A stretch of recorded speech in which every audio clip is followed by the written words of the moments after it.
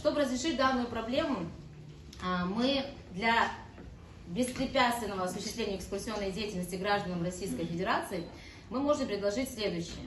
Мы подготовим и проработаем, я имею в виду профессиональное сообщество, совместно с Министерством туризма, мы это обсуждали с министром туризма Республики Абхазии Фишбатом Разом Владимировичем, программу поддержки российских компаньонов, осуществляющих экскурсионную деятельность на территории Республики Абхазия.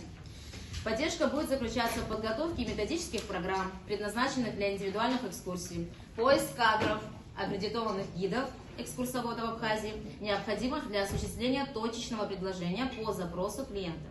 Информационная поддержка для желающих легализоваться, работать согласно законам Республики Абхазия.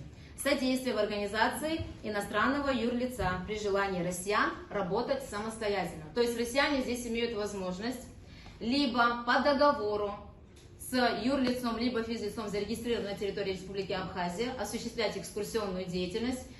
Наше юрлицо, либо физлицо предоставляет им гида, экскурсовода, аккредитованного здесь, и они, соответственно, будут представлены здесь. Либо они сами могут открыть юрлицо и работать здесь.